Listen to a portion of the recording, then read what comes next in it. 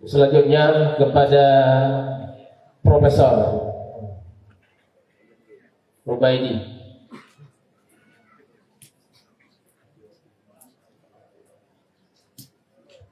Bagaimana di Jawa Timur atau Surabaya dengan ajaran sufi? Pada Bapak Prof, dipersilakan.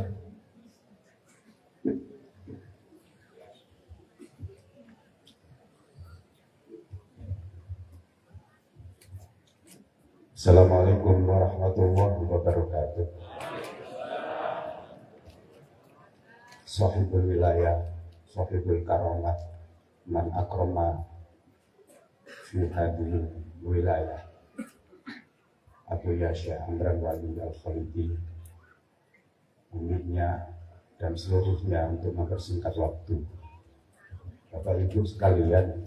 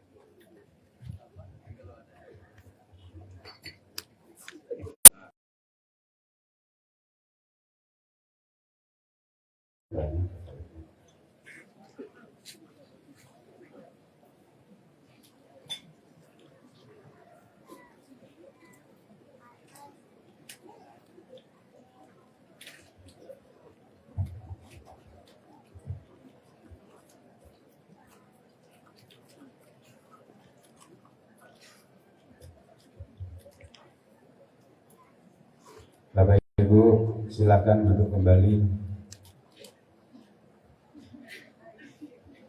Baik, hadirin hadirat yang dirahmati Allah, dengan barokah Abuya, jikalau kemudian ajaran yang disampaikan oleh Abuya hari ini, wabil khusus di Aceh, terdapat pertentangan, bahkan perdebatan, bahkan penolakan, sesungguhnya hal yang wajar.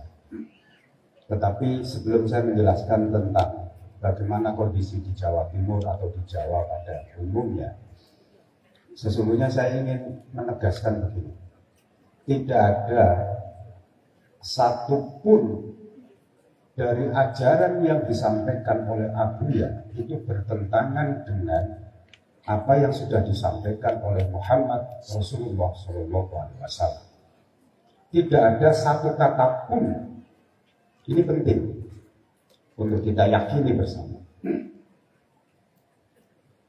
yang bisa menangkap secara total, secara kulun ajaran yang disampaikan oleh Rasulullah justru adalah para guru-guru, para ulama-ulama sufi, para ulama-ulama tasawuf, tauhid kesufian.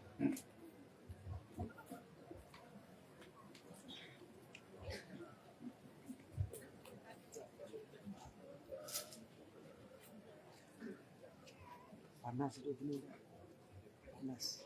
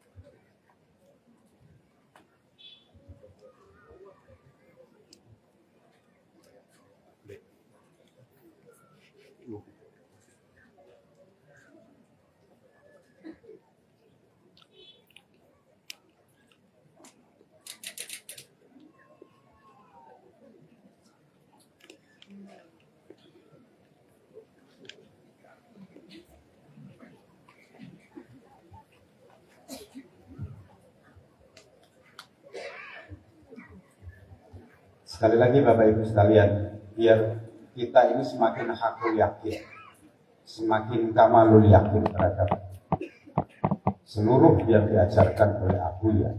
Bahkan saya mengatakan bahwa sesungguhnya ulama-ulama yang bisa menangkap secara keseluruhan dari ajaran Rasulullah itu jelas adalah ulama sufi, bukan ulama syariat, bukan ulama akidah kalam, bukan, tetapi jelas adalah ulama-ulama sufi. Dasarnya satu, tidak ada namanya seorang waliullah itu yang tidak berjumpa dengan Rasulullah, yang tidak diajarkan oleh Rasulullah, yang tidak diajari langsung oleh Allah Subhanahu wa taala.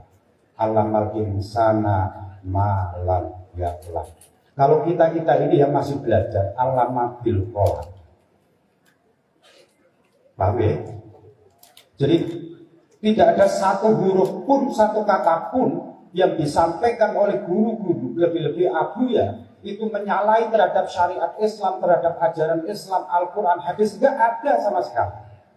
Karena yang mampu menangkap terhadap ajaran yang disampaikan oleh Rasulullah jelas-jelas orang yang sudah usul kepada Allah, kepada Rasul. Sampai di sini sebenarnya sudah cukup. Oke. Bapak-bapak, ibu-ibu sekalian, sesungguhnya ajaran yang disampaikan oleh Abuya, secara pribadi saya ini sebenarnya diutus oleh guru-guru saya yang ada di Jawa. Tetapi saya sudah berbaiat kepada Abuya. Guru-guru kami ketika menjelaskan tentang kul huwallahu ahad itu, ya intinya sama. Secara vulgar mengatakan sama bahwa hakikat wujud Allah Subhanahu wa taala ini adalah alam semesta. Alam semesta itu dibagi menjadi dua. Ada alam makrokosmos, namanya adalah di luar manusia, yang mikrokosmos adalah di kita manusia. Yang dimaksud dengan wujud Allah itu bukan takyin seperti yang disampaikan oleh Abuya juga. Wujud Allah yang ada di dalam diri manusia itu ada asma, ada af'al, ada sifat, ada zat.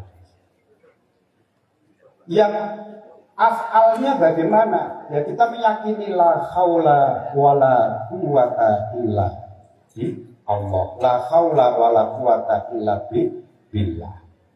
Hakikatnya kan di situ. Yang sifat bagaimana?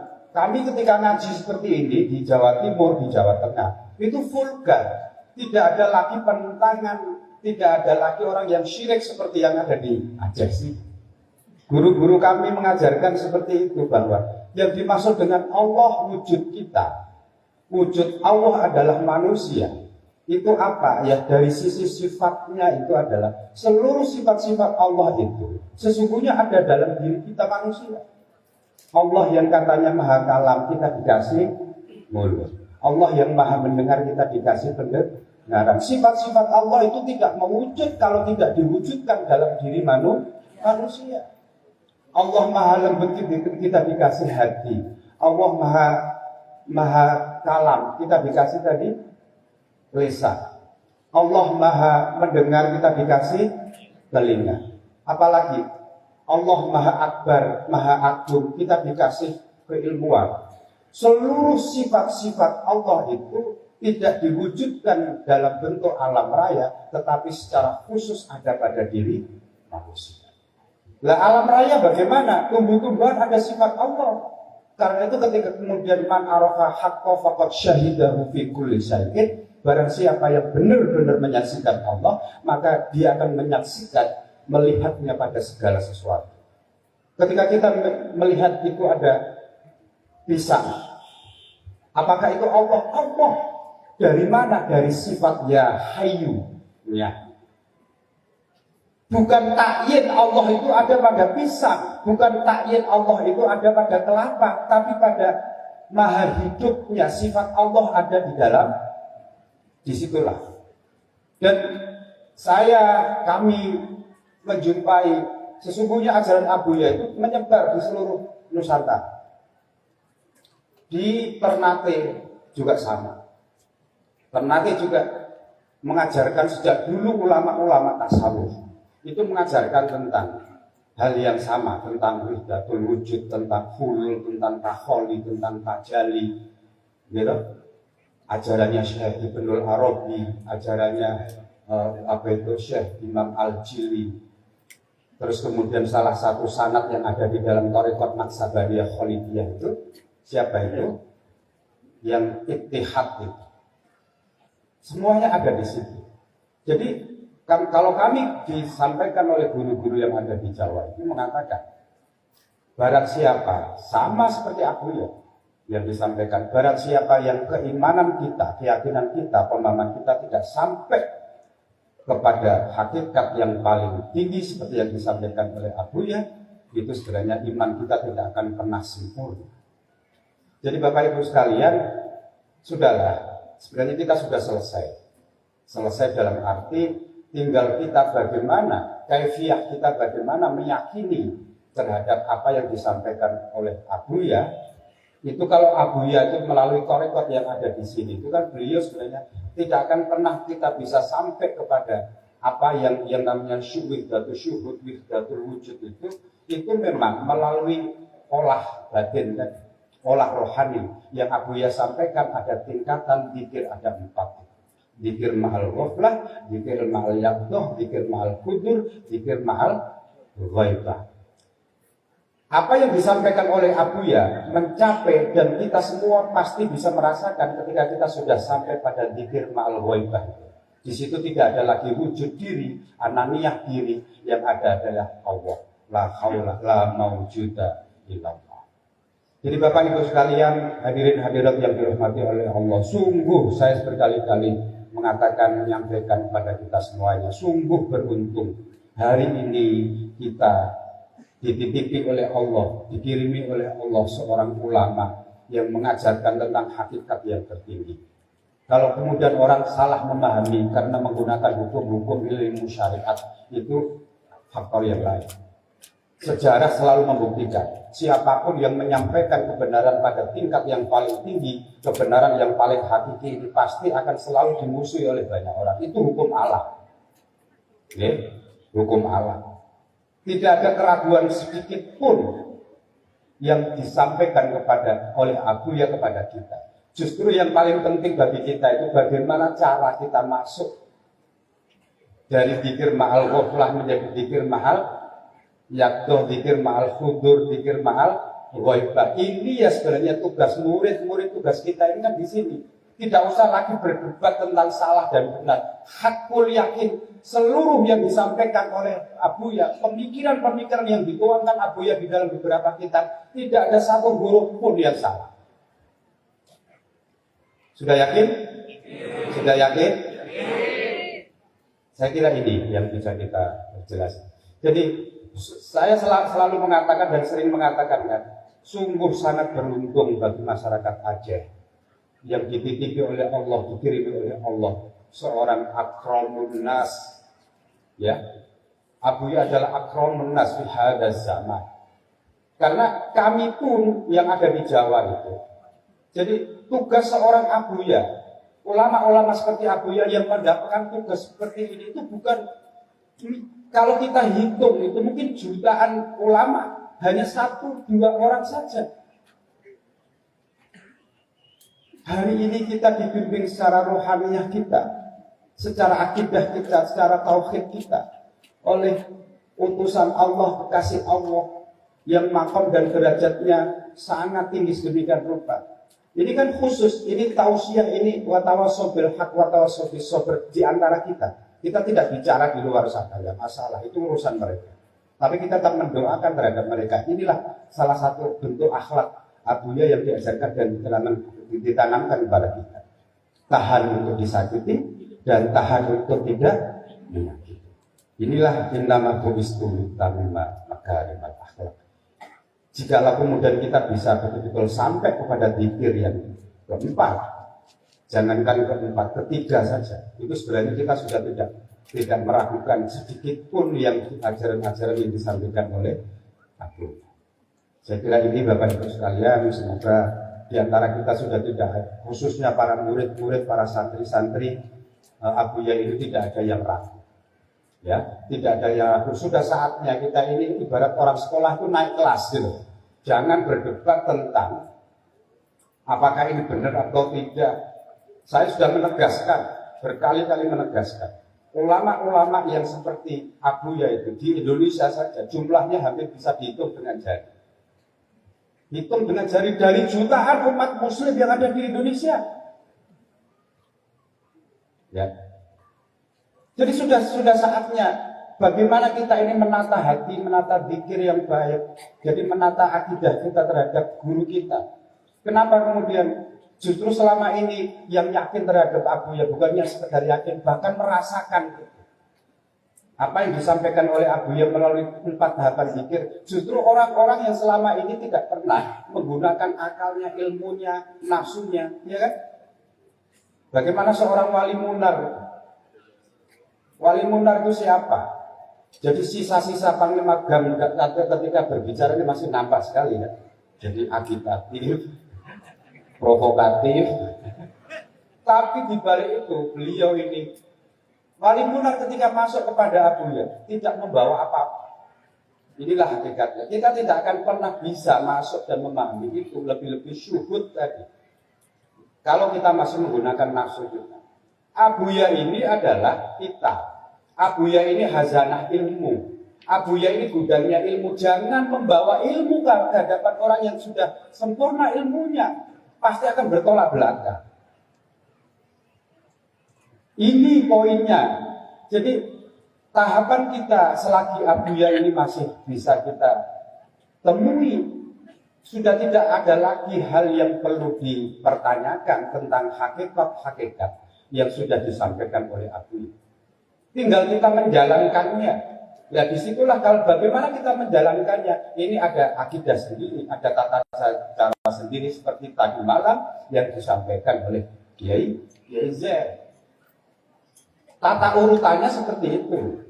Bagaimana seorang Tengku Yuli?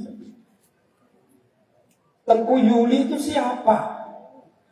Jangan heran dan jangan iri kepada Tengku Yuli. Ini nasihat untuk kita semuanya loh ya. Nasihat untuk kita semuanya. Tengku Yuli itu siapa? Tengku Yuli datang kepada Abuya. Tidak membawa apa-apa ilmu, ditinggalkan. Tidak punya nafsu, tidak punya keinginan. Yang dia datang kepada Abuya menyerahkan dirinya dengan segala kehinaan kita. Itulah nanti diamkan ilmu bisa masuk itu di situ. Guru kita itu gudangnya ilmu.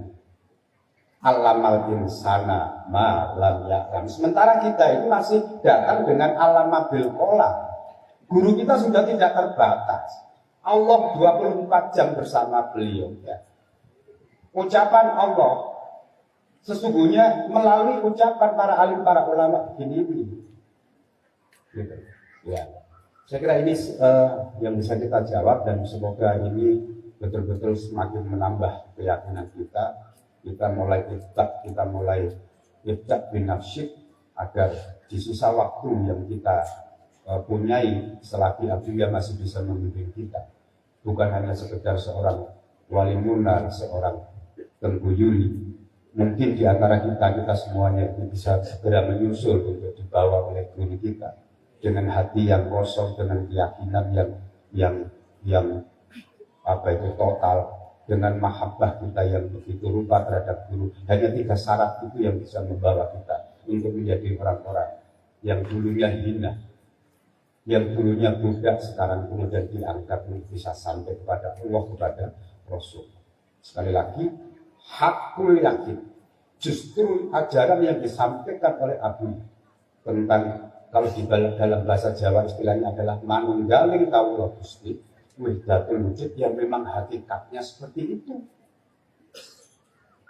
Selagi kita belum bisa sampai kepada keimanan seperti itu, seperti yang disampaikan Abu ya, iman kita tidak akan pernah sempurna, karena kita masih bisa membedakan siapa diri kita, siapa Allah, siapa yang mawujud, siapa yang wujud, dan seterusnya. Saya kira ini ihdinas siratal mustaqim, walakum minkum wallahul muwaffiq ila aqwamit thoriq. Wassalamualaikum warahmatullahi wabarakatuh. Ya, terima kasih kepada Bapak Prof telah menjelaskan kepada kita perkembangan tasawuf di tanah Jawa. Selanjutnya kita mohon kesediaan Abuya berikan kepada kita bukalah mata hati kita